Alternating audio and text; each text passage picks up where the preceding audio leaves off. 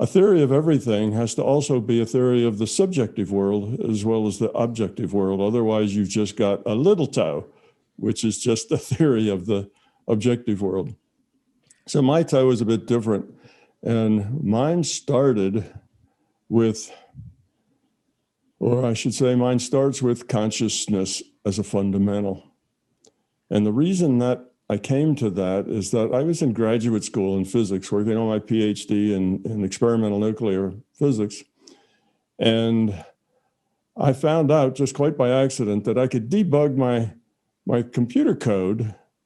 Now, back in those days, these are the old days in computer code. I'm talking about boxes of cards, you know, that sort of thing. And debugging was a huge problem. Not like today where you have debuggers and instant terminals and access to, you know, to the computers and so on. In those days, there was a big central computer and it took up a whole building. And it was not as powerful as your telephone is today. It was probably only 100th or 1,000th as powerful as your cell phone is today. And the whole school, the whole university ran on that one computer. There were no desktops. So you got to stand in line in a queue. And if you got 1 or 2 jobs run a week, well, lucky you.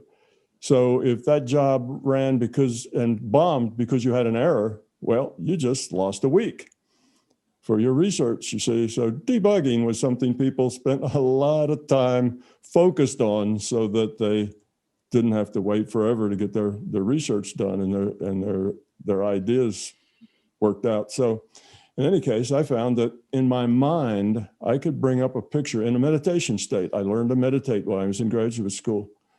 And I learned because the advertisement said that you could get by with less sleep. And in graduate school, that just was a real big plus for me. So that's why I learned how to meditate. And anyway, in this meditation state, I could bring up a picture of my output, my printout, scroll through all the lines in code. And the lines that had errors in them, had problems in them, would just show up red.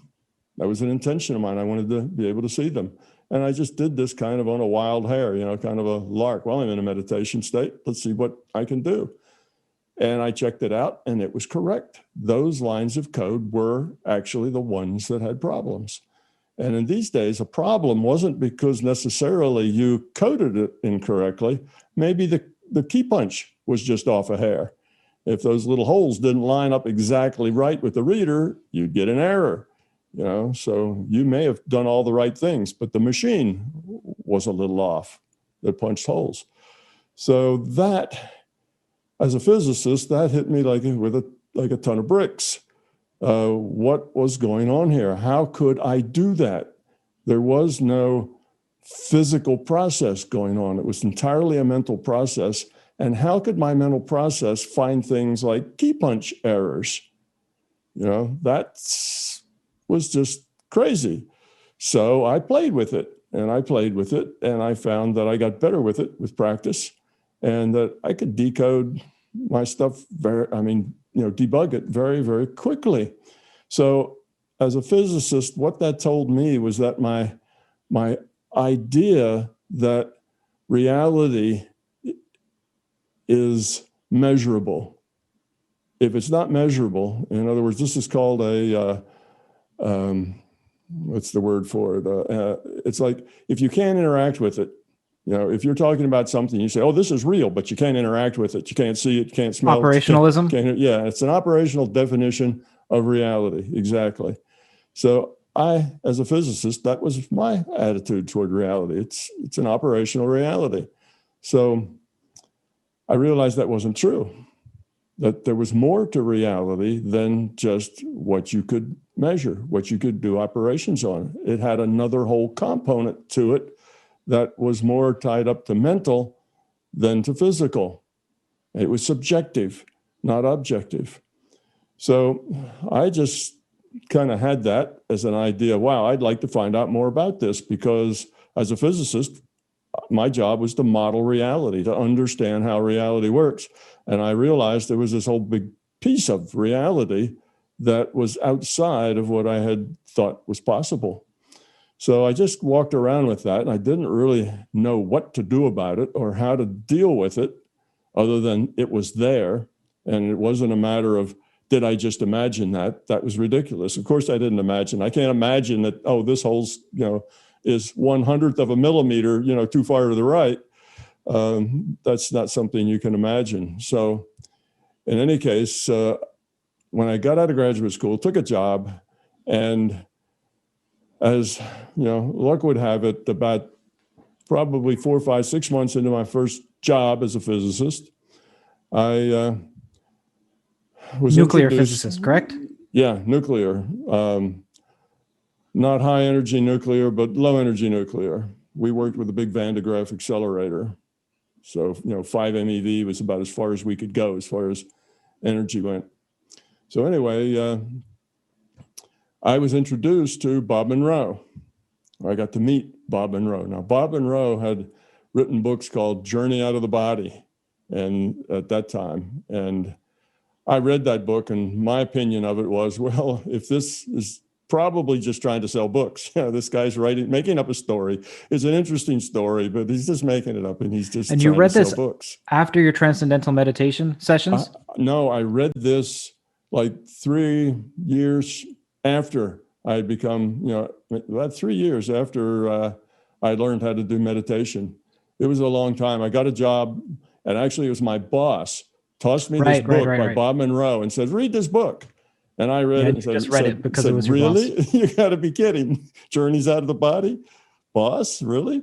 But I read it, and I told him, he's either making it up to get money, or it's indicative of another piece of reality that we just don't know about. But how can we tell? Is he for real, or is he not? Because at that point, I was open to reality being bigger than just the physical because of my experiences some 3 years ago, in graduate school, being able to debug code. So I was open-minded to perhaps there's more. And the more is in mental space, in mind space, not in physical space. So we went out just to get some acronyms out of the way. There's PMR, which is physical matter reality. Right. And then there's NPMR, which is non-physical matter reality. Right. Okay. Yeah, and basically that definition is that PMR is what we call our physical universe. It's what we call physical, okay? And that the NPMR is everything else, anything else. So when you dream, the reality in your dream is in NPMR. It's not part of the physical world. So it's just terminology that lets me differentiate the physical world from everything else. So anyway, my boss found out where Bob Monroe lived. It wasn't that far from where we worked. And we made an appointment to go see him. And I did. And he was a very wealthy guy. He didn't need book sales. He was way past the money that book sales bring in. And he had a personality like an engineer. He was very, he was bright, but very factual, very, very clear. He wasn't fuzzy-headed and kind of on the crazy side. And he told us that he had just built a lab to study consciousness because he wanted to bring science to this experience of his. So he wanted to study it, and he was looking for some scientists that would help him study it. So I shot my hand up in the air. I've been a student like for 30 years. So, I put my hand up in the air right away. And about a month or so later, I was making trips, every week, out to the lab and starting to actually, first we had to build equipment in the lab. We built equipment with EEG. We built GSRs and other things to. What are GSRs? That's a galvanic skin response. It basically measures skin resistivity, the resistance of your skin to a very small electrical DC current. And that changes based on mind state. If you relax or meditate, the resistance goes up. If you're very excited, it goes down. So like a neurophysiological measurement.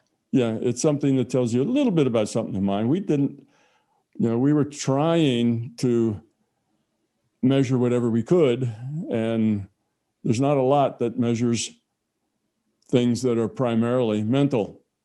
So EEG and GSR were two of the things that we could do and we could afford. So we built most of the equipment. We wired the lab. We We kind of set things up, and then we got in the booths, and Bob would come up and teach us what he knew about observing and interacting with this larger reality, which is outside this physical universe. In other words, mind space. And of course, myself and an electrical engineer came with me. So we were both in this together. We both worked at the same place. And our idea was, well, if this turns out to be a lot of hocus pocus, we're out of here. But if it turns out that we really learn something, then great. We were both excited about the possibilities of learning something. So the deal was that we'd help Bob and we would be free. We wouldn't cost him anything. And that he would teach us so we could experience it. Because if we just examined him, well, you can, if you learn about something that you study, but you've never experienced, it's never quite real. We wanted to experience it so we could find it out for ourselves, how real it was, made it more objective for us, even though it was still in a subjective space.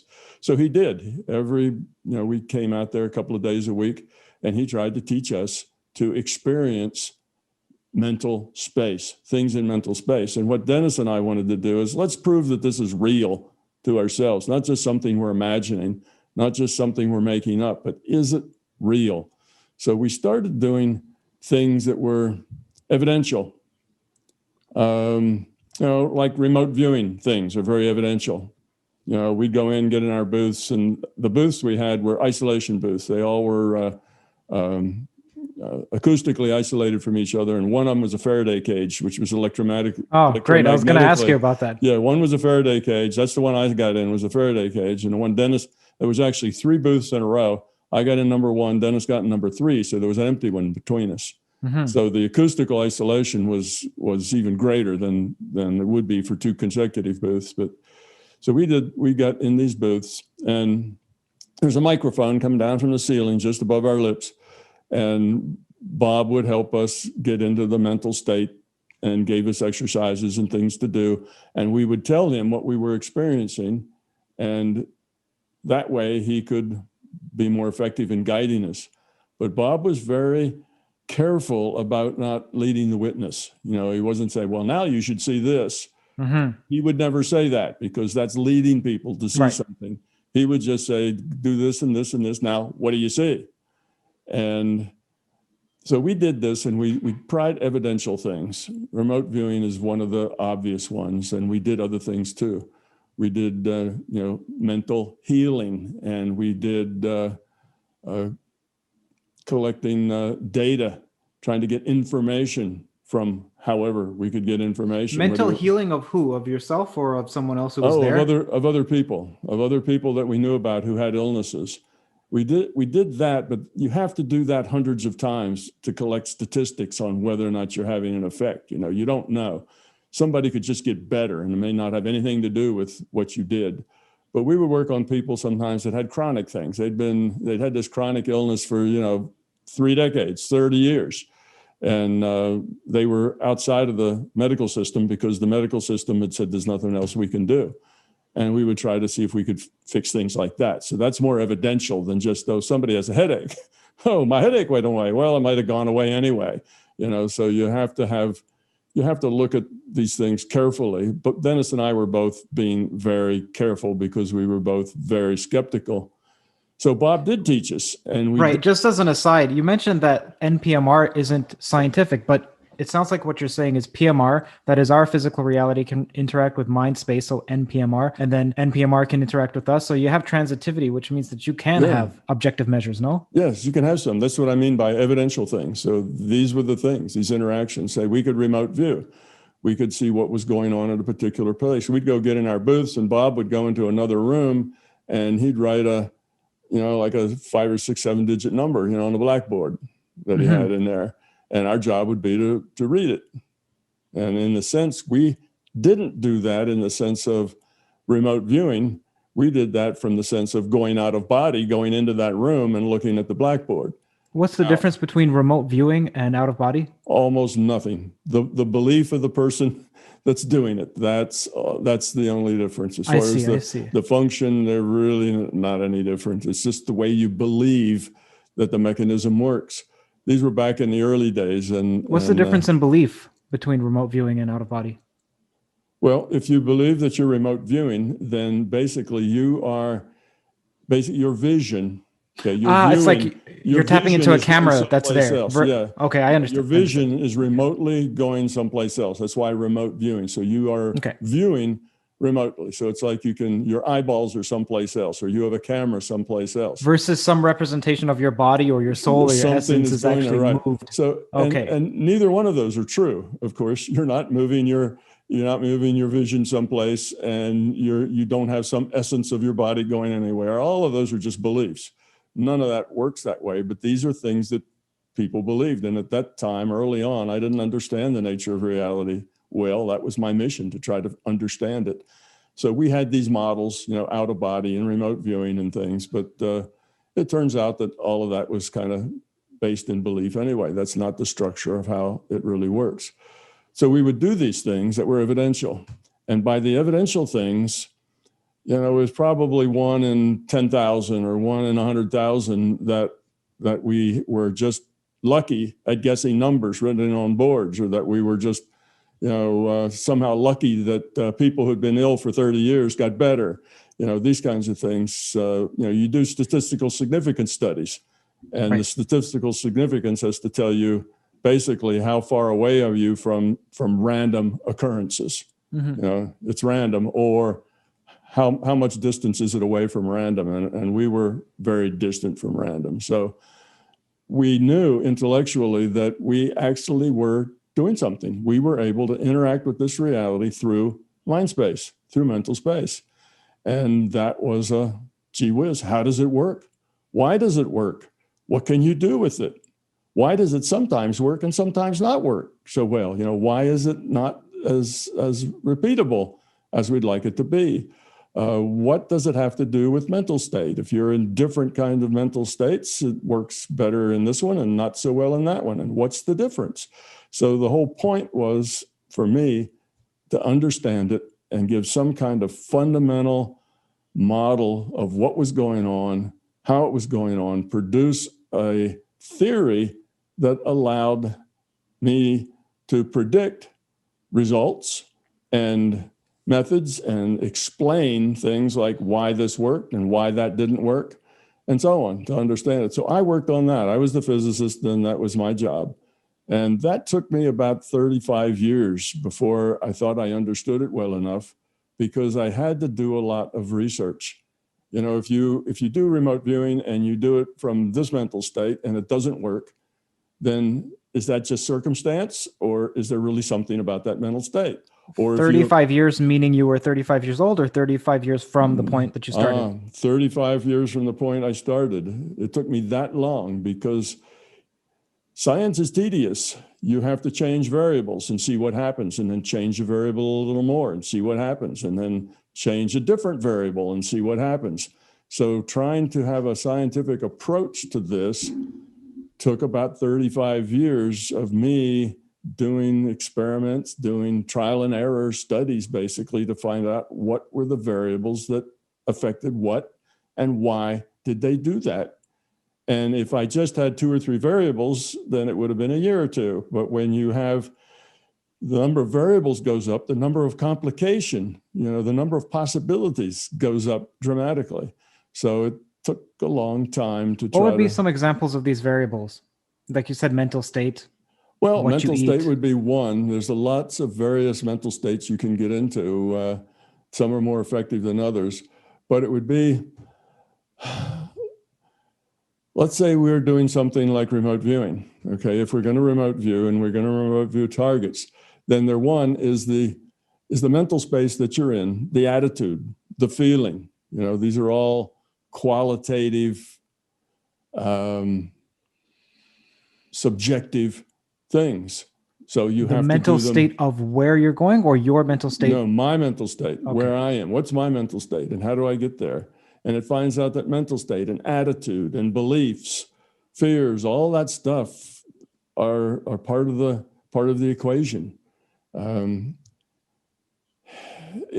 you have to look at the various variables. How do you approach it? What tools do you use? Do you have the idea that you are like you say, there's a camera someplace. Is that your metaphor for what's going on? Because we just have to make up metaphors for things because we don't really understand how they work. So you make up a metaphor. Okay, there's a camera over there, and I'm going to see what the camera sees. And now I can scan the camera. I get to move it around like it's on a ball joint. So we have these metaphors, and you can work through metaphors until the metaphor doesn't breaks, doesn't work anymore. Well, it's not really a camera because these things, the camera wouldn't see, but I see those things. So it's just a matter of testing it, if you do it enough, you start seeing patterns. You start seeing things that work and things that don't. You start seeing similarities between approaches, between healing and remote viewing and other things. So we stuck with the paranormal things because those are the evidential things. And without evidence, well, you're just out there, stuff happens, and you could be making all that up. You could be dreaming it. You need the evidence to verify it. So those are the kinds of things, just working with it, looking for patterns, looking for structure, looking for things that seem to always work, and trying to figure out why they worked. So the false appearance of backward causality. Now, this isn't the experiment I'm going to give you follows what actually happened, but isn't what actually happened, because I'm just giving you a kind of caricature of it that makes it easy to understand. Okay, imagine 20,000 hospital records. These hospital records go back, say, over 2 decades. 2 decades of people coming out of a hospital. You're going to take those 20,000 records, you're going to break them into 20 groups of 1,000, randomly separate them into 20 groups of 1,000. Then each group of 1,000 you're going to randomly break into 2 groups of 500. One of those groups of 500 is a control group. The other group, you're going to use your intent to improve the health of those people that are in that one group of 500. Okay, now this was done, first one that I know of that was done in Israel, and I think it was a group of rabbis and others who prayed for these people or otherwise used their intent for their good health. Well, what they found out was that group that they had prayed for and used their intent to make them healthier, they had statistically significantly lower hospital stays, shorter hospital stays than did the control group. Statistically significant. Well, that means that, there was only probably a 10% or less probability that actually could happen that way. Well, that's not that amazing. Things that are only 10% probability happen every day. But then they did the same with the next group, and the next group, and the next group, and eventually they had all 20 groups. Every one of them that they had prayed for and used their intent on had shorter hospital stays than the control group, the other 500. All right, now the first one was interesting, but not miraculous. 20 in a row, now you're talking about 1 in a million. That's like flipping a coin 20 times and getting heads every time. Hard to do by accident. Okay, so this is the conclusion they came to, is that somehow they were affecting the health of these people in the past, because this data was old. This wasn't current data. This was old data. That's called reverse causality. This experiment is done a lot of different ways. It's been done over and over. It's been done in Princeton. It's been done lots of places, not necessarily with patients. It's done with radioactive isotope, where they take a radioactive isotope that's decaying. They take 2 Geiger counters. Each Geiger counter should over time get roughly the same number of counts, because when it decays in any particular direction. Then they take this data, and years later they'll have people bias the results such that, say, the Geiger counter on the right gets significantly more counts than the one on the left. They have a little lab, they have a little robot, and that robot is given a random motion in 4 directions. So they put it down in the middle of a big circular table, and they let it just wander around. And they can let it wander around for days, and it never leaves, maybe about a square foot box where it just wanders around at the center of the table, because it's random motion. So you get as much going one direction as the other, and it doesn't go anywhere. The person applies their intent to it, that little robot walks across the table and falls off the edge. Now, these are experiments that have literally been hundreds of times under immaculate protocol and scientific inspection. So this is a fact that happens. Okay, why does it happen? Well, obviously, they're modifying reality, right? But are they affecting these patients 20 years ago? Of course not. What are they measuring? They're measuring the data.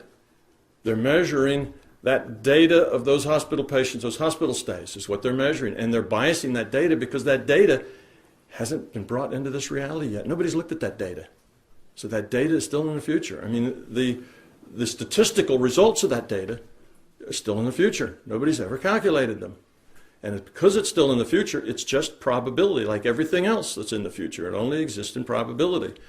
And like everything that exists in probability, conscious intent can modify the probability.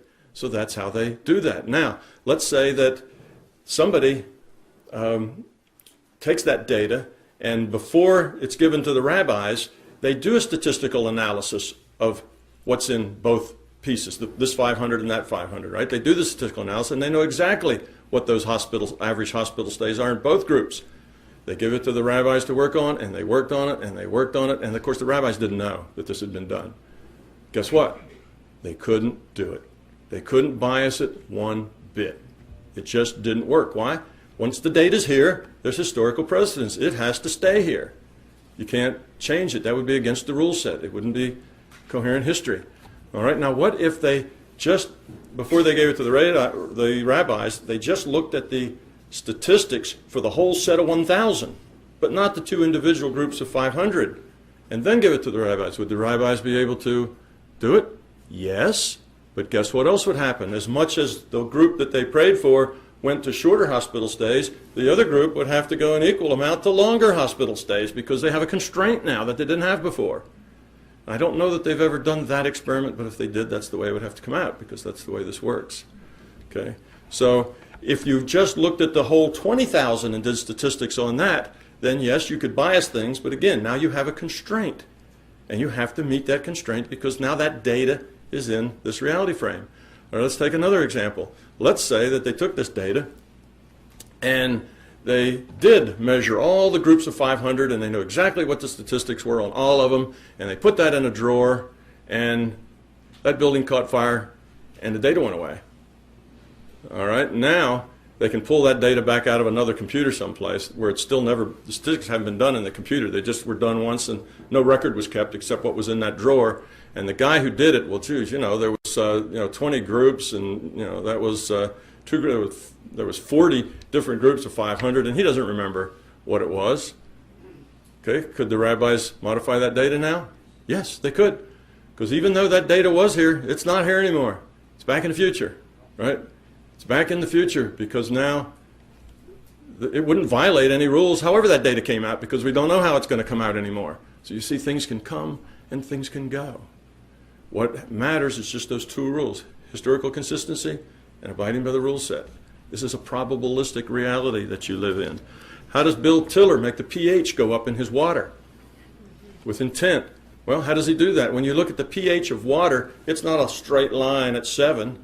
pH of water, if you look at it down at the microscopic level, where you can see variations to 20 decimal places, the pH is doing this, with time, all the time. It's jumping around. There's little H pluses and OH minuses that are combining and recombining, and all that stuff is going on. It's a dynamic situation. Well, there's uncertainty in there. And where there's uncertainty, you can modify the future. So with an applied intent, you can say that in that uncertainty band of pH, even down at the 0.01 level or wherever that uncertainty is, it doesn't matter, you can modify so that when it makes the choice, so when you make the measurement, you stick that meter in, you can bias it up a little bit within the uncertainty, not beyond the uncertainty. You can't at one leap. Those people couldn't have made every patient on their 500, get out of the hospital, in an hour. They couldn't do that. They can only move it within the uncertainty that's there. Okay, so you can move that pH up within the uncertainty of where it might be at any instant, and then you move it up a little more from that one, move it up a little more, and just like you walk that robot off the table, you can walk that pH up in level, or you can walk it down. The mind does these things. So that's how that experiment works. Now the little robot, what you're doing there is when it's going to pick a random number, from our viewpoint, we don't know what that random number is. It could be anywhere from here to here. Well, that's an unknown. Because it's unknown, we can bias it. We can make it pick it a little to the high side, a little to the low side. And enough, a little to the high sides all in a row, the robot walks off the table and falls. Okay? So that's how all those experiments work. Let's see, where was I? All reality frames and everything contained in them are part of the same consciousness system. They're all connected and they all have the same mission, and that is to lower entropy. What's the difference between physical and non-physical reality frame? Only the observer's perspective. Nothing is different. There's nothing fundamental between your dream state and this state. They're just two different points of view. All right, one last point, and that's your video lag. You know, when you do a virtual reality game, the big bugaboo, big thing that is a problem is video lag. Okay, well, if you're playing World of Warcraft, you can help fix that video lag by speeding up your computer. There's two things it causes it. One, it being last in line, and second, being slow. Okay, in the World of Warcraft video game, you're both. You're last in line because the server has to compute first and it sends it out to you. So you're last in line to get the data, and then your video card, your computer, your network is slow. So what can you do there? Well, the only thing you can do there is speed up your video card and your computer and your network, right? You can't change that you're last in line. Now, with consciousness, it's just the opposite. What's slow in this virtual reality? What's slow? We are. It's his physical body. His virtual body has to abide by the rule set. The rule set that evolved us, right? Our whole planet evolved out of this rule set, right? It was the big digital bang. In the computer, you have a bunch of energy, you put it in a tight spot, and you let it evolve, and eventually you end up with our universe, and then you end up with this planet, and then you end up with us. We all evolved under this rule set, so we represent that rule set. You can't change the rule set, so slow is fixed, but you can change whether or not it comes last. So here's what we would do. Before I get to that, I have one other one. You have to understand about little consciousness and big consciousness. Okay, little consciousness, little c consciousness is your intellectual awareness. That's what we call our individual consciousness. What we see and hear, that's our little physical matter consciousness. Big C consciousness is the big consciousness system. It's what you really are. Okay, now the big consciousness system computes and makes little c consciousness. You have the data stream in big C consciousness. That data stream is interpreted in big C consciousness, and then it's given to you here as your reality. You then have that interpretation. This is your reality. That's a little c consciousness, your awareness. All right, so how should this system work? And we're going to see, we're going to make a prediction here, and then we'll see how it works. First thing that happens is that reality is probable, right? We have our reality starts in the probable database. The very next thing that happens is your body's going to start to move. Okay, now we haven't got to the present yet. We're still at the probable reality. So before you even make your choice, your body, we're going to put the body in next. We're going to move that body up as high in the sequence of events as possible so we decrease the video lag. We're going to start that body moving before we've even decided what it is the body's going to do. Okay, so moving the body up. Now, the next thing we do then is we get to the present where we make a choice. Now, the body started to move based on what was probable choice we'd make, and if it's wrong, the body's got to stop moving and go back and do something else. If it's right, then the body can keep on moving as we progress with our choices. And then the very last thing that happens is that the big C consciousness computes the little c consciousness, and we have awareness. All right, let's look and see how that plays out. All right, anticipation of future events. What you see in italics is not my words. Those were words that were written by Dr. Craig Hogan. He made a list of, and I quote, unexplainable, repeatable, well-documented scientific experiments. Okay, and we're going to go through those experiments and we'll see how each one of them works so they no longer will be unexplainable. The first was Dean Radin's study showing the body reacts to a calm or disturbing picture 6 or 7 seconds ahead of time. Now, what he did is he had a computer with a random number generator going on and accessing a library of pictures. So that computer would grab a random number which is associated with a picture, go get the picture and show it to someone. Now the time between when the random number got generated and the picture was shown was probably milliseconds. It doesn't take a computer long to grab a picture and show it. Certainly no more than tenths of seconds. 6 seconds earlier, people would react to the picture. So they were going to show them something horrible. Now they didn't react in their intellect, they reacted subtly in their body. The electrochemical, mechanical processes in the body are what we need to speed up. It's not the mental part. That's fast. It's this slow, has to abide by the rule set of this physical virtual reality stuff we got to speed up. So they hooked them up to where they could see what glands secreted, what the EEG was doing at fine levels, the little potentials at the muscles and all this sort of stuff. So these people were wired to see what their bodies got, electrochemical processes going on. 6 seconds before the computer chose the picture, they'd start to react to a horrible or to maybe a beautiful picture. And horrible and beautiful things would cause different secretions and different reactions, and they could measure these. Well, how does that happen? Well, obviously, we know probable reality database allows anticipation. Well, what about that random number coming out of that computer? Well, that's a virtual computer, just like we have virtual bodies. The consciousness system's playing all ends of this game. So it knows that it isn't really a random number, it's a pseudo-random number. There's an algorithm that produces that random number, and the consciousness system who's generating that computer knows what that is. He knows what picture's coming up. And it knows what picture's coming up as far ahead as it wants to. Okay. There was another one. It wasn't on his list, but it should have been, called the bright shafts potential. That was back in the 80s. And what they found out is they had these subjects, and they'd say, when the bell rings, raise your right hand. Well, they'd find that very fine measurements of the muscle and the brain, that the motion would start about a second and a half before the bell would ring. So the right hand would start to come up about a second before the bell would ring. It's called the bright shafts potential. Again, it's measured. It's old hat back in the 80s. This is science, and it's the same reason, right? We start the body first so we avoid the video lag problem. So it seems like it works that way. No, everybody gets this data ahead of time, but you don't get it far enough ahead of time to operate on it, and you don't get it at the intellectual level. Little c consciousness isn't involved in this. This is big C consciousness. All right, reverse causality. We already talked about that. I just want to point out that what he wrote about it, and this is the misperception people have. He says somehow it has an effect on an experimental group of cardiac intensive care patients. It didn't have any effect on the patients. What happened to those patients is what happened to that patient. That's part of the record. That came into the system. That measurement was already made. What it affected was the data. Okay, the data hadn't been analyzed yet.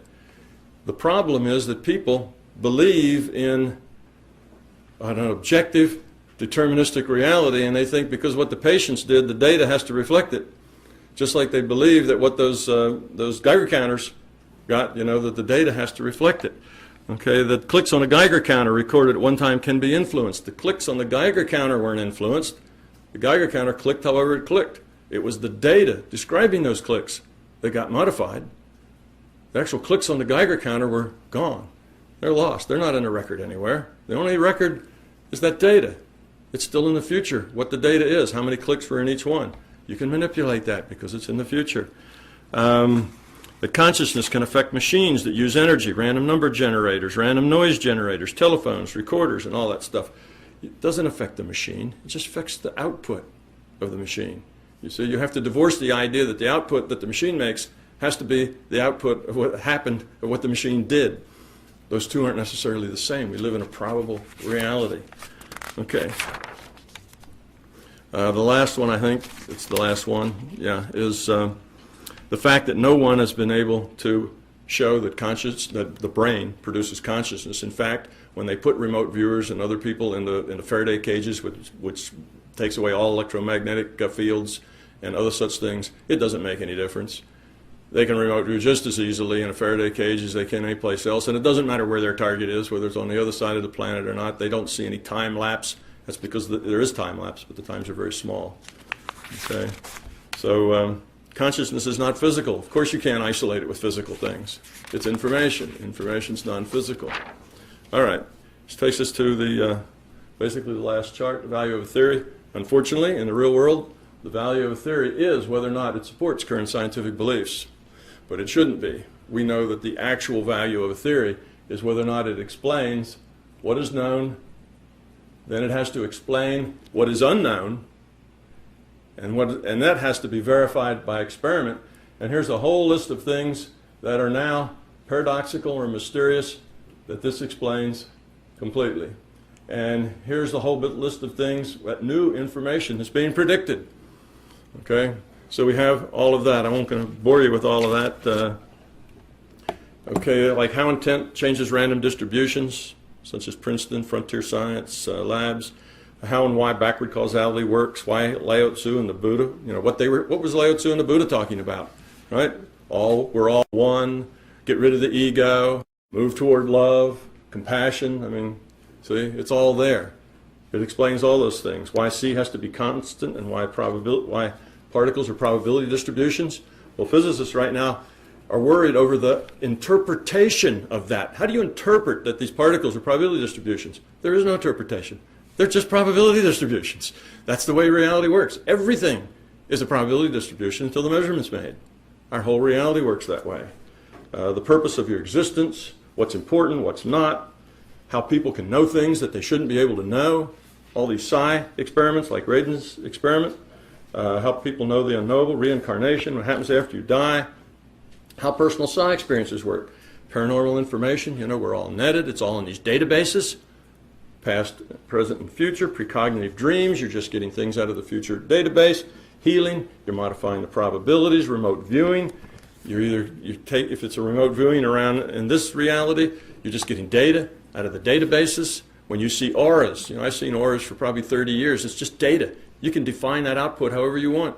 You're connecting to the database and getting data. The aura is just a metaphor. It's a visual metaphor for the data.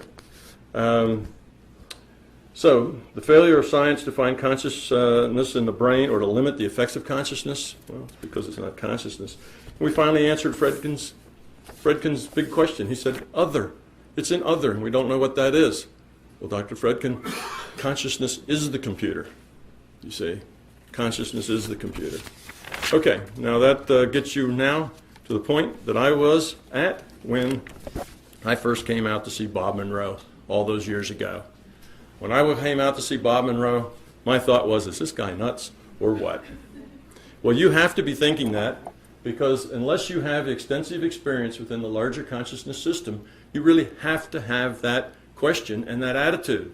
You have to be skeptical as well as open-minded. Okay? Consistency is strong among people who have experienced. You go back and look at Lao Tzu, who started Taoism, and he expressed his understanding of reality. And it's obvious that Lao Tzu understood reality at a very deep level, but the best he could do was write in poetry. Now, my conclusions agree with his conclusions. The difference between my big toe and Lao Tzu's big toe is that his was poetry minus science. It's all logical, and it derives from the ground up, and it explains all the data. So far, we've not found any data or anything that we could not explain this way, and we are looking for things that we cannot explain. Okay, the last thing that I'd like to leave you with is that truth, big truth, cannot be your truth until it's your experience. What you have to do is find out. And if I give you nothing else, I'd like to give you a spark of ambition and interest and gumption to get out there and find out. It's not as hard as you think. Can you tell us a few of the stories that really stood out and just said, listen, modern physics I have to completely reevaluate everything I've learned at university? Well, yes, I can. I can tell you a few stories that just stood out, but the reason they stood out is because they are so far out there. They're so, incredible, but the sources are pretty solid. I can tell you a couple of these, but it's not going to make my credibility increase. People will listen to those and they'll say, well, obviously this is nuts. But here's one. Tom, a couple of, it's interesting. A lot of the times when these reports come from military or intelligence or police people, for some reason, people tend to take them more seriously. So if they happen to be those, rather than just your average bloke walking down the street, for some reason, people take that down a bit more seriously. And perhaps if they're physicists, that might help our audience as well. Okay, well, here's some of the stranger things that I have heard, and I do understand them, and they do fall within my big toe understanding. So I can explain them. But these are things that don't happen often. These are things that are extremely rare, but they do happen sometimes.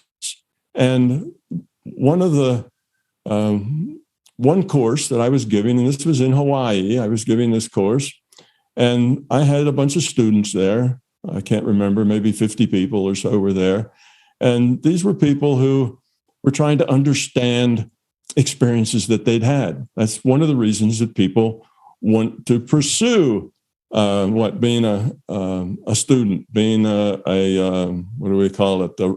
A searcher for truth, a searcher for meaning, because they've had really unusual experiences and they know they're real because it happened to them. But, like me, debugging the code, they know it's real, but they don't know why. And it frightens them to some degree. And sometimes they question their own sanity and whatever, and they're looking for answers. So this one person, this young lady, came to me at probably about halfway through these courses, these discussions, lectures that I was giving in Hawaii. And she says, I had an experience and I've told nobody about it. She says, I've never told a soul, but I'm going to tell you because I think maybe you have a chance of understanding. And at least I feel like you won't be judgmental. And she said, I was driving my car one day and it was around noontime, just before lunch, like 11:30, something like that. And I'm in my car and I'm driving it, and it's a divided highway. It came to a cross street that had a stop sign. And just as I approached it, this older couple in a large car went right through the stop sign and were coming out right in front of me. And she knew that she was going to hit them. There was no way to stop. They just pulled right out in front of her. So she kind of braced for the collision, saw the person's face, saw the old man who was there, who was looking at her, who suddenly realized that he'd gone through the thing. The car was about to crash into his door. It was right the driver's doors where she was going to hit.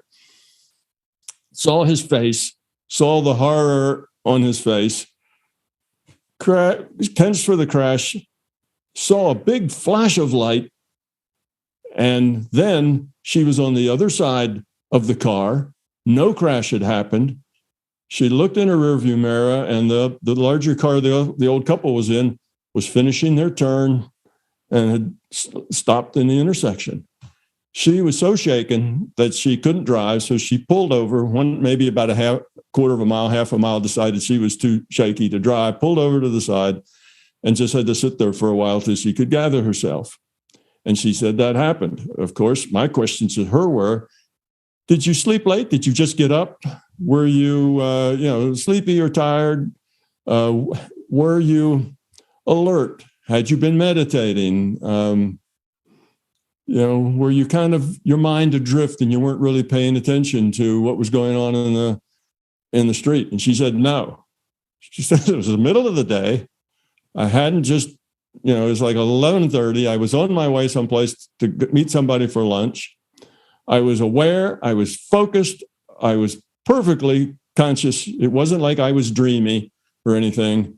And, this happened.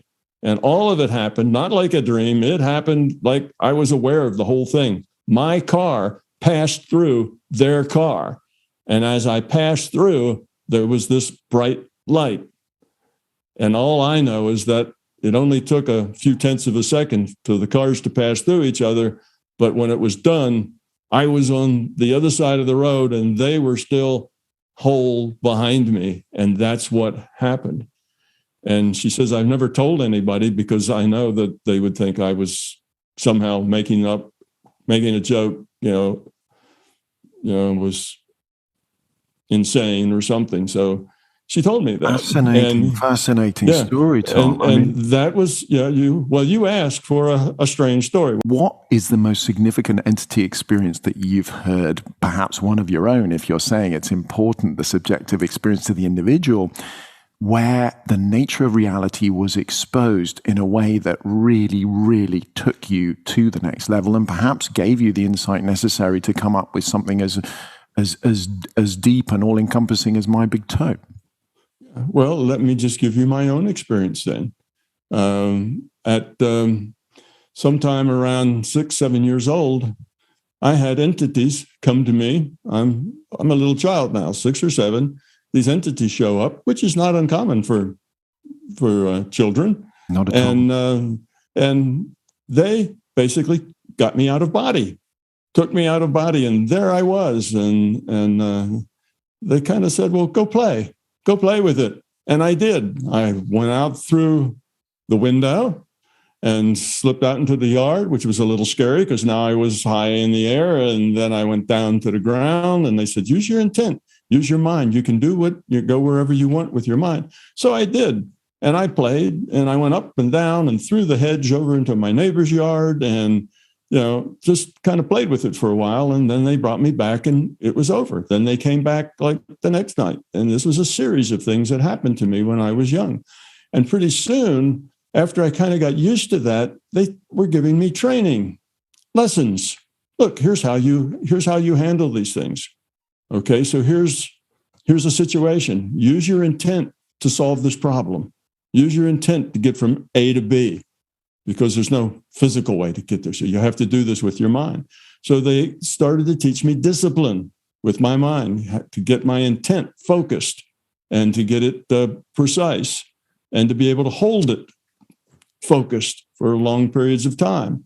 So I went through training courses, and then I was given tests to see where I was as far as my fears, my level of growth, that sort of thing. And at the end of the tests, I was evaluated, and then I was given more training according to how I did in the test. So I went through this. Yes, that was very much my connection to non-physical beings, and they did indeed help me to learn. Now, very soon, as I probably was maybe 8, they told me that you have to stop doing this because we don't want you to grow up and be so weird that you don't fit in, you don't develop well, and you become, kind of ruined by the fact that nobody believes you, et cetera, et cetera. They take you to a psychiatrist who gives you drugs. We want to avoid all that. So we're going to stop it now, and you'll get back to it later. And it stopped. I went to go out of body because they taught me how to do it myself. Again, I'm one of those people, even as a child, that has to go from first principles. And I said, no, I don't want you to get me out of body. I want you to show me, teach me how I can do it myself. They refused at first, but I wouldn't let it go. And eventually they relented and they taught me. I got to the point where they shut me out, locked the door, and I could not get out anymore. It wasn't until I was with Bob Monroe, now 20-some years old, 28 years old, with Bob Monroe, and he was telling me about a set of his experiences. This happened. It was a test that he was being given. And I stopped him and said, wait a minute. And it all poured back to me. I had had that test already. And I said, okay. And the next question was about this. And his jaw dropped. And he said, how did you know? Were you there? And I said, no, I've had this test before. And the question after that was this. And his jaw dropped further. So we discussed it, and we both bombed out at the same place. We both got to the same point in this test, and that was our last question, and it disappeared. And that's either because you got it wrong, because then the test is over, or it's because that you got it right and the test was complete. And we really didn't tell Bob? Did you tell Bob about your childhood experience? Yes, I did then. Had he had something similar? No, he was just having that same test then. This was his first encounter with that particular test. I had had that test when I was 7 years old or 8 years old. It was part of my training. Okay, so he was given that same test, and I had learned, and I've run into a dozen people since then who have had experiences, tests, if you will, that were precisely to the detail exactly the same that I've had, which let me know that there are standardized tests, out there that people get. And why not? If you're trying to test to see how you can train somebody better, how you can educate them more, then if you have a good test that works, why not reuse it? Why have to come up with something different all the time? So anyway, then that door was unlocked, so to speak, and it all came back to me about those experiences I had. And Bob was flabbergasted, and I was too, because I knew this was the experience he just had, so this is now, early 70s. And Bob had just had that the night before, and he was telling me about it. He shared his experiences with us, Dennis and I. See, this was before there was such a thing as a Monroe Institute. There was no Monroe Institute. It's just Dennis and I and a few others and going out to his lab. The Monroe Institute was an idea that only took place after we found binaural beats and after we found, that a whole lot of people wanted to be taught. Well, Tom, this is something we have to touch on briefly before the break because we didn't get there earlier. The binaural beats, which you developed in conjunction with with the Monroe Institute. Tell us briefly about that technology, and also, is it required, or can this be done without it? Okay. Yes, it can be done without it. Matter of fact, eventually it should be done without it. And let me tell you what binaural beats are, and we'll start there.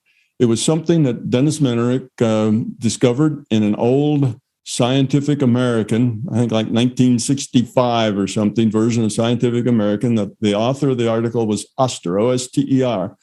And I actually have a copy of that Dennis saved and sent to me. Anyway, it said that they had done some research with binaural beats. Now, that means you have a headset, and it has two tones, one in this ear, one in that ear. So it's a stereo headset. And as you know, if you have two frequencies that are close together, you will get a beat frequency where the beat is the difference between the two bass frequencies. For example, 100 hertz in this ear, 104 hertz in that ear. Well, let's not put it in ear. Let's put it in speakers. You have a speaker here with 100 hertz and a speaker here with 104 hertz. And if you play both those, you will hear a 4 hertz beat. That's because the waves go in and out of phase with each other at a 4 hertz frequency. Right. Okay, so you'll hear something like beep, beep, beep, beep, beep, beep, beep, beep, beep, beep, beep. That's 4 beeps per second, 4 hertz. Okay, so that's a 4 hertz beat. Now, if you do it in your ears, what they found is if you put a pure tone in either ear, and if you were careful not to have bone conduction and beats going on, within the actual physical structure, but just low volume, just in the ears, real padded earphones, and you would be able to entrain brainwaves. In other words, brainwaves are it's a scale. Let's say here's the vertical axis, here's the horizontal axis. Horizontal axis has frequency. Vertical axis has energy, power. Okay, so your brain puts out all sorts of frequencies, but it puts out more or less power in different frequencies. So when we're in alpha, that's relaxed, most of the frequencies tend to center in around 10 hertz or so. If we're sleeping, they center down around 2 hertz, down in the delta area. If we're meditating, they center in around 4 hertz. And by centering, what I mean is here's all this energy and all these frequencies, but now they come to where they're now almost all just in this frequency. By centering, the energy involved tends to move toward a particular frequency. That's called frequency entrancing, brainwave entrancing. So it was this article said that brainwaves could be entranced by binaural beats. So we tried it at the lab. Dennis made a copy, took it out there, and gave us about 4 hertz because Bob said that he vibrated at 4 hertz just before he'd go out of body. That was in his books. So this 4 hertz was kind of a fact of his. So we wanted to duplicate that. And we saw in the lab, we had GSRs on our fingers. That was galvanic skin response, measuring basically body's resistance to electrical current. And we could see when we were in the lab that galvanic skin response would sit here and do this at 4 hertz. So we knew this 4 hertz was kind of a thing. We didn't know exactly why or what. But when we saw that, we said, aha, we're going to drive those brainwaves at 4 hertz, just see what happens, because we were cut and dry, just experimentalists, trial and error, blundering our way through everything we could think of to see if we could come up with stuff that worked. And this worked. So Dennis and I spent weeks then optimizing it. What should the bass frequencies be? How much volume should it be? What about the waveform? Does it work well with sine waves, is what you typically get out of a generator, but we found generators that would do square waves and sawtooth waves and all sorts of other things. We created different wave shapes. And after 2 or 3 weeks of spending a lot of time in the lab, we came up with something that was optimal. And Bob had been away during this time. He was out at Big Sur teaching courses out there to a group of people. And he came back and we presented him with our findings. And he was impressed as much as we were. That was the beginning of the idea of Monroe Institute, because suddenly we had technology that we could give to others. And Dennis and Nancy Lee, Dennis's stepdaughter, and I spent the next couple of years as trainers flying around with this big audio harness to people who would all lie down on the floor on air mattresses and have headsets on that would listen to these binaural beats and have all sorts of out-of-body, experiences like the one that your lady friend described, where they would connect with people and go places and do things and gather information. And it got to be very popular. And at that point, Bob had the idea of Monroe Institute and a building, and he sold his property, bought new land, built the institute, But by that time, Dennis and I had both kind of slipped out the back because we really wanted to do research, not be trainers. Trainers were taking way too much time, and it wasn't what we wanted to do. So that was kind of when Monroe Institute and Dennis and I sort of parted ways. And I was still a part of it. I was on their board of directors or board of governors or whatever they called it for another decade or two after that. Until Bob died, I was involved, but not as an active participant.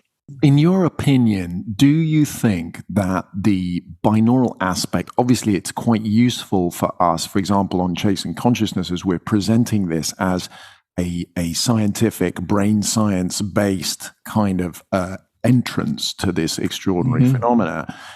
How important do you think it is to the story of out-of-body in terms of, shall we say, offering a door to those who think in terms of brain science to this phenomena? Well, what it does is that it helps someone who is not a very experienced meditator get in the same kind of altered state of consciousness as an experienced meditator. If you take people who have been meditating, well, here's a good story to tell. We had a group of about 5 Buddhist monks that visit us at Whistlefield Farm, which is where Bob Monroe lived at that time. That's not TMI now. That was where we were when we were doing this work. That's where the lab was, at Whistlefield Farm, a different place. So anyway, these monks came through because they've heard of Bob, and they just said, can we come visit? And they did. And we said, hey, listen to our stuff and tell us what you think. And their general opinion was, it took us a decade or more to get into that same space that your binaural beats put us in 2 minutes. We had to work at it about a decade to get there. So what that says is that the binaural beats can put you, kind of lead you. They don't force you. They just lead you. You have to cooperate with them. You have to connect with them. You have to let go and be with them. But they put you in an altered state of consciousness that is very similar to what experienced meditators learn to do. We know this from our Western culture that when we do shortcuts, psychedelic drugs is a good example of this. We can have some issues with people potentially experiencing things that they're maybe not ready for. Did you come across some of those issues? We did indeed. That is true. Now, binaural beats are not as slam dunk as drugs are. Drugs are something a lot more forceful. Binaural beats are not that forceful. Like I say, you need to cooperate with them. But yes, we put literally hundreds of people through just listening to binaural beats. People off the street, our families, our wives, our children. We brought them out there, and these were all, quote, naive subjects who knew nothing about what the experience might be. So we just said, look, just come in, lie down. We want to listen to these tones. You can listen to them for a half an hour, and then we're going to ask you how you felt. That's all. So no guidance whatsoever. No guidance whatsoever. Totally people off the street. Had no idea what to experience. And we did that like I say, with hundreds of people. That was us trying to decide whether the binaural beats worked with us, because now we'd been doing this for a long time. We were, different than just the average person off the street. And we found that it affected almost everybody, but it affected people differently. Some people would just lose consciousness. And when the binaural beat's over, wake up. Some people would have very pleasant experiences, go places, do things, meet people, and dream. That's how they would experience. Oh, I had all these dreams. I had all these daydreams. And were you asleep? No, I don't think so, but I was dreaming. I was dreaming while I was awake. We'd get those kinds of things. And some people met up with, had some very unpleasant experiences where mainly they connected with their own fears. And it was terrifying. What you do is you get acquainted with your own consciousness. And if that consciousness is full of fear, you'll get up close and personal with that fear, and that can be terrifying. So some people had some bad trips as well. I can see the advantage of not leading the subject, as it were, just giving it to them blank without any things. But in retrospect, did you have some doubts about the ethics of doing something like that? Maybe for example, to children without any sort of sense of what they might experience. Did you have any doubts in retrospect? No. Well, we had lots of doubts whether or not the binaural beats actually would work for the general person, just anybody out there, or whether it was because we had, by that time, 3 or 4 years of training that it worked with us. So we wanted to know, and we weren't sure the binaural beats would work for other people that hadn't had our training. So we just did it. And as far as, I put my children in it. Dennis put his children in it, because they were just tones. It's not like we were giving them, drugs that were going to alter their biochemistry.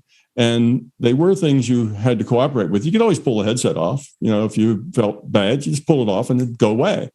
So it wasn't that threatening. And we were both in our 20s. And when you're in your 20s, you are invincible.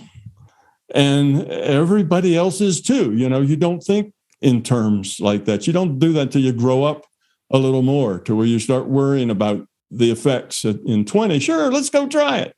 So no, we didn't really concern ourselves too much with that. And we were careful in the sense that we kept monitors on people, and they were right. They could pull the headphones off at any time. We could hear them if they shouted at us. So we had mics we had in the room. So if they started having a problem, we'd know about it. So we were right there. But no, we didn't put a whole lot of thought about that it might be harmful, because it seemed so innocuous just to have tones in your ear. It just wasn't very invasive at all. The children had lots of interesting experiences with it. And I'd say that probably 90% of the people had an experience, had experiences when they listened, about 90% of the people, because they came with it totally blank too. They didn't have any attitudes for it or against it. It just was listen and see what happens. So if you do that, then about 90% had something that was unusual that happened to them. And often it was just pictures and colors and visions would come, that kind of thing. But many, they'd connect with, they'd have conversations, they'd connect with non-physical entities, whatever. You see, we had lots of various stories, but we realized that it did affect almost everyone. It did indeed move there. We eventually got an EEG machine that we could track their EEG, and it did that. It actually moved that energy that was in all those frequencies, started to leave the higher stuff and come down into the theta space. And that is what happens when you put an EEG on a monk that's been meditating for decades. You'll see that when he's meditating, most of his EEG is in the theta stage. So it just artificially put people into a good meditative space. That's really all it does. It's nothing magic. It doesn't make you go out of body. It doesn't force you to do anything. It just puts you in the same kind of altered state of consciousness as an experienced meditator. Well, Tom, obviously this technology still exists, and it's been more highly developed in the years. Is it something you'd recommend to the listeners if they're interested in getting into this sort of stuff? Yeah, if they are beginners and not really, experienced meditators, then the binaural beat is a good tool. They help the beginner who doesn't have the skill to get into that theta state, which is what is really productive. That's the state you need to be in order to explore your consciousness. So in that way, yes, I'd recommend it. Now, if you are a child and you learn with training wheels, and now you grow up and you still have the training wheels on, you're never going to be a very good bike rider because you've got these little training wheels hanging on there. So you can't corner, you can't lean the bike. There's just a lot of things you can't do on a bike because you still have these training wheels on it. And the binaural beats are the same way. These binaural beats will put you in that theta state and lock you into that theta state, period. And that enables you to ride that bike and enables you to go experience what meditators can experience. But it also locks you in and limits how well you can function. It doesn't give you all the freedom you need. And I learned that only when I came back to the Monroe Institute once, I think it was for a meeting of the board of directors. And I was back there, and the guy who was in charge of kind of research then said, Tom, we got a new sound. We got a better binaural beat we're doing. I'd love for you to listen to it and tell me what you think. So I got in the booth, I put on his thing, and he said, here it is. I'm already attuned to that so much that within 3 seconds, I'm humming along. I'm in a really good theta state. And I said, yeah, it works really well. It's a nice state. So then this person told me, he says, I have some personal issues and I really need some help with. Could you, go out of body and help me with these issues?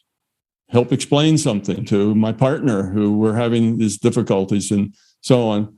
And I can't do it. So I said, sure, no problem. So I'm ready to launch off, and there I go. And like a big rubber band was hooked to me. Wham, right back. So I said, that's unusual. Let's go again. And zoom off I go and right back.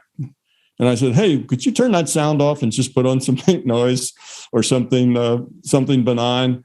And he said, well, sure, why? And I said, well, just do it. And he did.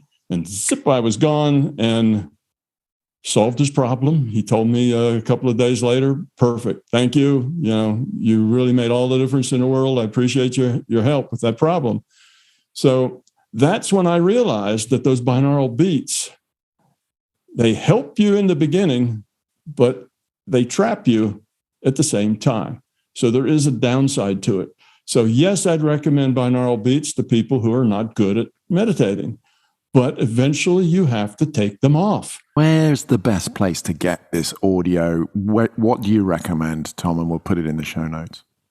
You can get these if you go to MBT Events, www.mbtevents.com, and look for binaural beats, and there'll be a set of 13 of them that covers all sorts of bass frequencies and different kinds of beats, and they're structured in a way that helps people not drift off.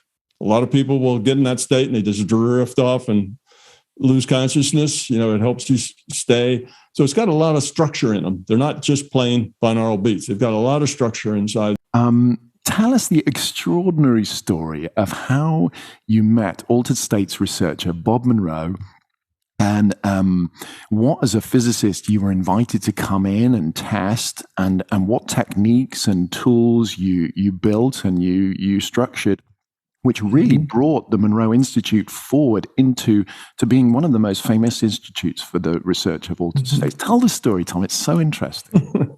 Okay, well, that takes me back to when I was a graduate student. And as a graduate student, working on my PhD, already had a master's in my pocket and was working on the PhD. I took a course in transcendental meditation. And it was easy for me. I just fell into that. I was a very natural for it. I didn't struggle with it. The whole concept just took to me very well. Within a couple of months, I realized that I could debug my software in my mind without ever looking at the printout. Just go through control through the printout in my mind, and the lines that had errors in them would be in red. And I'd look at it and I'd read it because I wrote all that code. So I knew exactly what every line was. And I would go check in those days, in the bad old days of computing, I'd go check my 4,000 cards, that were in these boxes, and I'd find the card that had that line on it. And sure enough, I'd find an error on that line. So that totally turned my sense of reality upside down.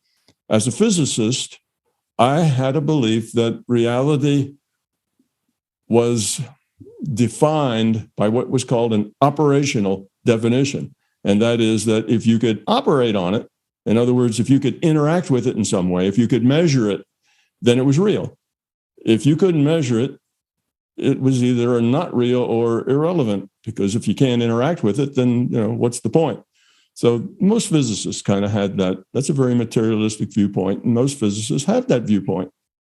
Now, this was 1970, 1968, somewhere in that, late 60s, early 70s. And that opened up my mind to another whole set of reality. I could do this. It was a fact. I did it over and over again. It was wonderful. I was better at finding bugs than any of my peers. It made my work go along much more quickly. So it was really a thing that was valuable. And it told me that reality was bigger than I thought. Now, I'm a physicist, so what I do is model reality. That's what physics is. It's modeling reality. And suddenly, here's all this other reality that I now know exists, but I had no idea how to model it or why it was like that or what it could do. So a couple of months really after getting out of graduate school, I had a chance to meet Bob Monroe. And when I met Bob Monroe, I was interested in seeing just what kind of guy this Bob Monroe was, because I had his book given to me and told me to read it. This was my boss where I worked. I was working in military technical intelligence. And I read the book and thought that, well, if this guy's telling the truth, wow, that's neat, because I have had these experiences that told me reality was bigger. So I was open to that, but probably he was just making this stuff up to sell books. So I went to see him. What a cool boss, Tom. I mean, your boss, had he heard about the remote viewing program? What on earth inspired him to know Bob Monroe? That's quite surprising. He knew of Bob Monroe, but he handed me this book and said, Tom, tell me what you think. And that's what I told him. I said, well, if it's real, it's wow. If it's not real, it's just another guy trying to sell books. So my boss found out where Bob Monroe lived, which wasn't an easy thing to do. And it turned out he was not that far from where we lived. This is all within probably 100 miles of Washington, D.C. So anyway, we went out to see him. And I wanted to know, is this guy nuts? Is he a hustler or what?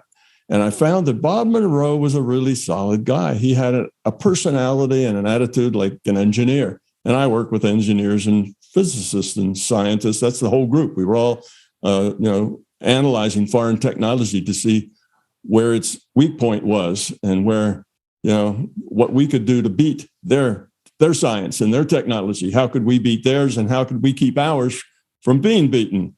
So that was kind of the work that I was in. So we were all a bunch of scientists and techies in this particular place. And Bob had just built a lab.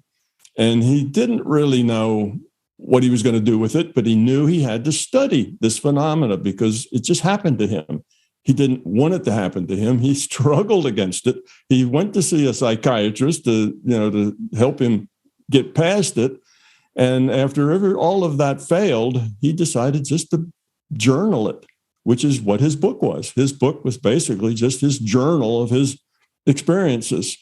So he wanted to put this on a map of real science, of something real, not just a crazy old man. He wanted to validate it, and that was his drive. He was a wealthy guy. He didn't have to sell books to make some extra money. Matter of fact, he was in the millionaire status, which back in the 60s was a lot of money.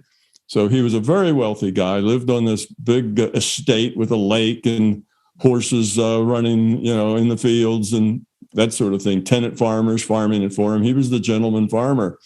And it was, he obviously didn't need to sell, out-of-body books in order to make ends meet. So I started working with Bob Monroe, and Bob Monroe taught me to do what he did. That was one of my requirements. I only worked there if he would train me to do what he did, because if it's not your experience, it's not your truth. Just studying Bob Monroe, which would have been interesting, was never going to be satisfying. See, I don't just study things and memorize them and learn them. I have to know. I have to do it from basic principles. So I needed the basic principles. So he agreed. And myself and an engineer, electrical engineer, Dennis Menrick, we started going out to see Bob like 15 to 20 hours a week. It was like a half-time job. It wasn't just a minor interest. This was something we dedicated ourselves to. And within a year or so, Bob had taught both of us how to experience this larger reality. And everything we did then was evidential, because both Dennis and I had this idea, well, if this turns out just to be a lot of hocus pocus, then we're out of here. We're not going to stay. It needs to be serious. So we needed to convince ourselves that this was something real and not just something in the mind, not just it happened, like a dream or a daydream or something, but it had to be something that was a real phenomena.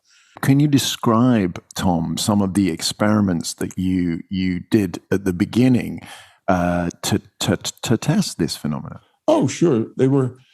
We did a lot of it in remote viewing, where we were given targets and were told to see what was at those targets and what was going on.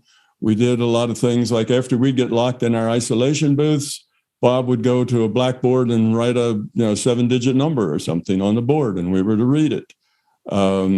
He would help us ask questions sometimes about the nature of reality, but sometimes about things that we could check, to see what the actual answers were. And we would get information. And then we would check it and see, was that information right? Did we get the numbers right? Did we remote view what was going on in that room? What was happening? And we would spend hours, like I say, 15, 20 hours a week with these exercises. And the way we did it was that we were in isolation booths. They were acoustically isolated. And the one I was in was also electromagnetically isolated. It was a Faraday cage as well, but it had lots of insulation for acoustic isolation. So if Dennis and I had screamed, we would probably hear a little muffled sound, through that insulation, but just normal conversation would not have been audible at all. It would have been way below hearing. And what it was, we had a microphone from the ceiling just above our lips.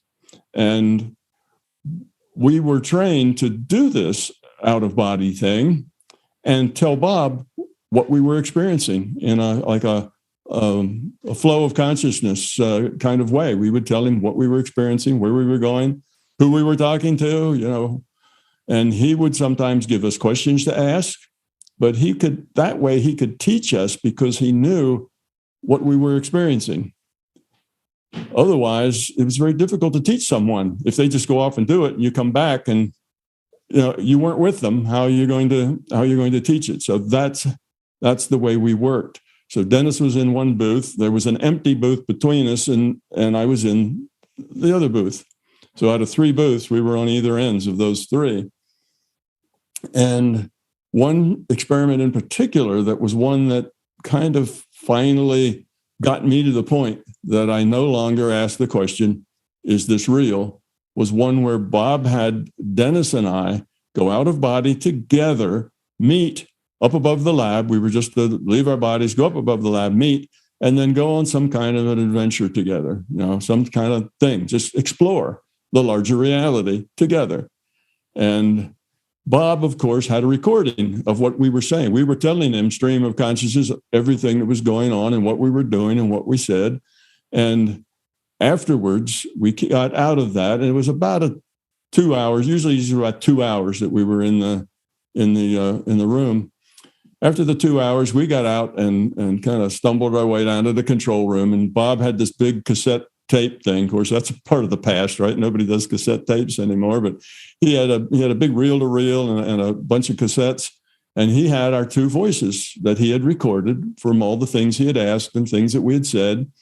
And he rewound all of it. And then he turned mine and Dennis's on at the same time to synchronize them in time.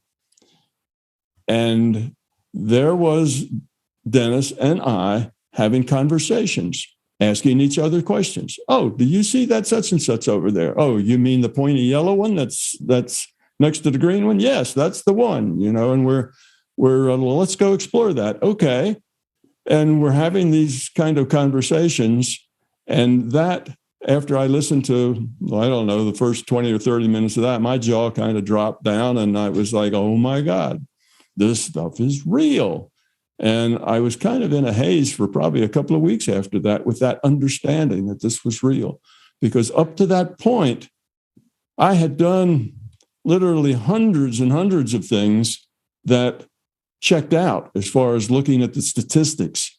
Could I have guessed that information, that there was a pair of red high heel shoes sitting in the middle of a bed in this room? Could I have just guessed that? That was the target, somebody's bedroom, and they'd put these red high heel shoes on the bed. So then you look at it and they say, well, what do you see? And then you say, well, there's a pair of red shoes sitting in the middle of the bed. Now, could I have just guessed that because I'm lucky? No, that's kind of 1 in a million to guess that. So I had hundreds of those kinds of things that statistically were, 1 in a million that I could have just guessed them, that it was just random good luck. But that intellectually, I knew that it was real in that sense. But were they alphanumeric? Because obviously this is a story that listeners were also going to be covering the story of the remote viewing, which was happening almost at the same time. And in fact, one of the U.S. Army remote viewers went to visit Bob Monroe. Possibly you met McGonigal while you were working up there at the Institute, Tom. But shall we say, the holy grail of this kind of work is alphanumeric. So did you, presumably immediately, you wanted to find out if you could actually report numbers or words accurately out of body? Because that is the gold standard. Now, Tom, excuse me a moment. In our first episode of Chasing Consciousness, the famous skeptic, philosopher, and psychologist Sue Blackmore, wonderful, wonderful guest, listeners. She's coming back to talk about free will, which we may find actually sort of loops back to our panpsychist and virtual reality conversations. She spoke in the first episode a beautiful story about her extraordinary OBE in the 1970s, but she explained that phenomena away. She said, it's all been disproved, it's just brain science and physiology. And she claimed that, as Tom mentioned, it's a bit of a misnomer, but no perceiving consciousness has been proved to leave the body, and that no one has succeeded in fulfilling her 40-year-old challenge of those claiming to be out-of-body travelers to come and read some numbers and words that have been written above her fridge for over 40 years. Now, Tom, if you were to do such an experiment, and I'm sure you did you get alphanumeric confirmation, the holy grail of this stuff? We did get some confirmation that was alphanumeric, but alphanumeric was a lot more difficult than were let's say, the red shoes, than pictures. It was a lot more difficult to do. And I can logically explain why it's difficult. It's not that, well, if you're there and you can see, then you can see numbers as well as that. That's the idea that you are an intellectual person just in this other space, and it works just like it does in the physical world. It doesn't work just like it does in the physical world. There's other things going on.